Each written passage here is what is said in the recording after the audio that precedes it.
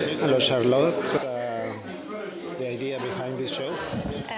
This is a cultural event, both a visual arts show and a spoken word and music cabaret held at Little Fernwood Gallery and Little Fernwood Hall in Fernwood, Victoria. The idea is to bring awareness around the role of Canadian mining, both overseas and in Canada. Many people do not realize that 70% of the world's mining companies are registered in Canada due to our lax laws and encouragement through the tax structures and many other ways through the government support. We've become the base of the ugly face of Canadian mining in many, many parts of the world. There is frequent association between Canadian mining operations overseas and both human rights violations and environmental degradation in dozens and dozens of countries. So the point of this art event and cultural event is to bring awareness and to get artists, poets, songwriters, and the public to participate in exploring this, understanding more about the different events, of different examples, and to create art in some fashion on the topic. And that's what it is. Is it the hair of grandmothers woven into bright ribbon braids? Is it trout arcing upstream? Is it rocks that streak the sky with their dew?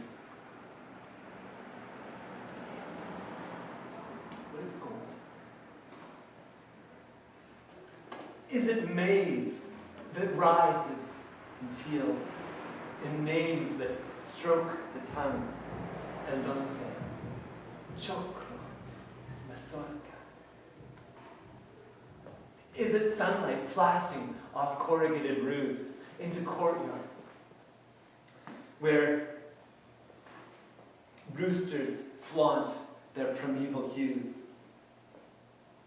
Is it lemon trees, heavy with fruit, nursed by streams that remember the ice of secret mountains? Can you hold it in your hands? Lock it in vaults? Or is gold a creature of glint that lives in memory? What is wealth?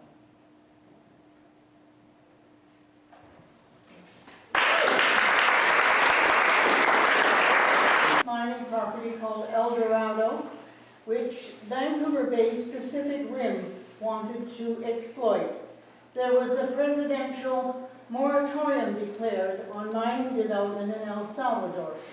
And as a result of this, the company launched a lawsuit against the government of El Salvador for many hundreds of millions of dollars.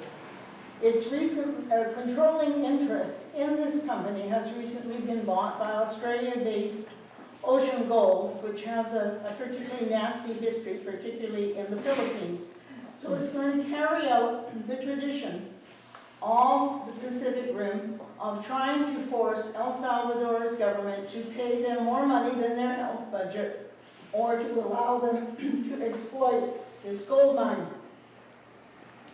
While we were there, we met with many of the organizations who were in resistance in the community.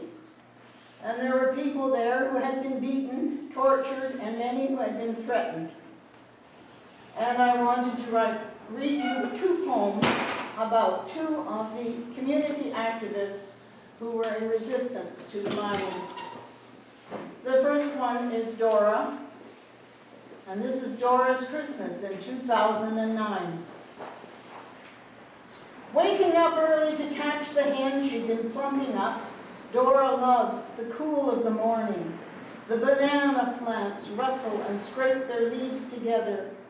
Small tits swoop in flocks for scraps. The chickens cluck in their coop. They have eaten grain and produced the miracle of eggs. The children awaken one by one. They're excited, waiting for miracles. Chores are done, the hen is plucked, corn freshly ground, vegetables dug and cleaned. After the meal, the children play with their gifts, 2 brightly colored balls. Dora's husband surprises her with a shiny red scarf. Church and visits to family nearby, the day ends with contentment and gratitude. Dora lies resting her swollen belly, twisting the red scarf through her bare, bony fingers. No gold ring for her. Children are more precious than any metal. She dreams of names. For a girl, Maria, after her mother. Another boy, maybe Jesus will suit. Next day, life continues. Dora takes her laundry to the river. Little Jose on her hip plays with a box of soap. Down a worn path to the sweet sound of running water, to her favorite pool.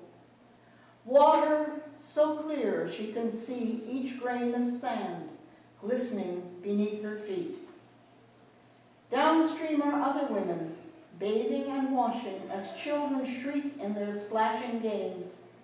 Laughter fills this cathedral of green, flowers, stones, rippling water. When the water starts flowing red, the women creep silently upstream. Find Jose, blooded and crying, clinging to his mother, washed pale and still against a ring of rock, her shiny red scarf impaled on a root. One silent shot from a nearby bush. Dora's day, Dora's life is over. Friends weep with the child and carry Dora and Jose back to her family. Resistance flows stronger as the river flows to the sea, to never let sacrifice blood, nor cyanide slurry obscure the glistening sands of Rio Titicaca. Because it's one short step, you might leave this world behind, and the city don't go, so you don't go down. Rest my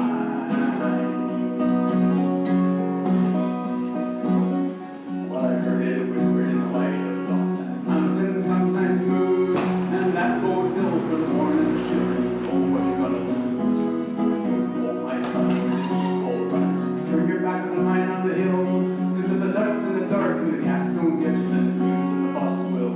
Say you don't go, say you don't go, down in the Hillcrest mine, I'll say you don't go, say you don't go down in the Hillcrest mine, 'cause it's one short step. You might leave this world behind, and say you don't go, say you don't go down in the Hillcrest mine. Well, son, I'm gonna open up, I'm gonna. So that's why our title is for Peace and Drugs. And this poem is called Love is a Long Road. There are harmonies in nature, elements brushing up against the sound of conflict and friction, different from lyrical compositions, filling silent spaces with confessions of false love. Wordy political explanations, excessive talking, avoiding real meaning, speaking abysmal English. Would you mind repeating? We are the generation of handwritten cardboard slogans, branding solutions, and trademarking our movements. We are the authors of normal. We said it was okay to eat flesh. We congratulate construction that holds us up in the name of progress, blasting our way through hard rock. Let's talk politics.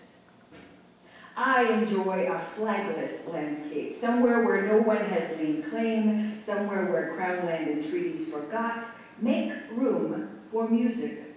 The songs belong to sound, birthed from ground, rising, swelling, inspiring singers, looking for answers, and lovers calmed by loss, touched by melody, life and death filling sky and space. Rub our eyes, everyone, the sun rises for us. We praise the mother for her strength, born from necessity. With instincts we can choose not to clutter her with more things, offspring to prove this power. My love letter looks like resistance to conformity, never torn by choice. I don't mind if my voice and line end right here. To the right, there is a river and a ribbon of steel running parallel, simultaneously, both flowing fast to the city, carrying passengers and appetites, one placed there, one original. Summer earth sweat, sweet scents, climbing to heights eye to eye with giants where tricky winds speak in riddles. We listen for voices of long gone friends. Instead, the sound found is eternal. We say what is acceptable, the influence so powerful. Remember Hitler? Off in the distance, the iron bison roars, reminds us this progress combines us, based in a nationalistic reality held together by a big steel stitch. Shifting dollars, east and west, taking from one and giving to the other, arriving and leaving. We question people's reasons for not believing the desperation that brings them to a place of dishonesty. There is a man in the middle of a bridge, holding two fingers straight up to the sky. He wonders why. Trust your instincts, TM. If it sounds like it, and feels like it, and looks like it, it probably is. We can hardly believe when the young ones leave us. The eye of the beholder failed us. The dead friend decided jumping was just what they needed. Darkness is a tunnel with light at either end. The pain of honest lost love is lamented in songs and will be again, making beauty with urban versions of honesty, filling the airwaves bought in a dead man's deal over a century ago. Thank you.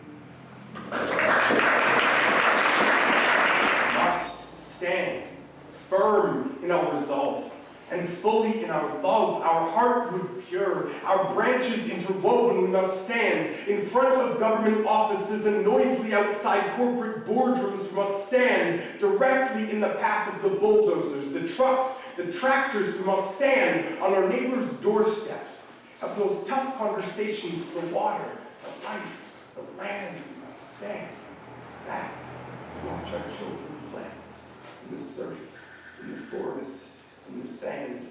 Breathe that image in, hold it, and know that our stand is righteous, that nature, the future, and goodness are on our side.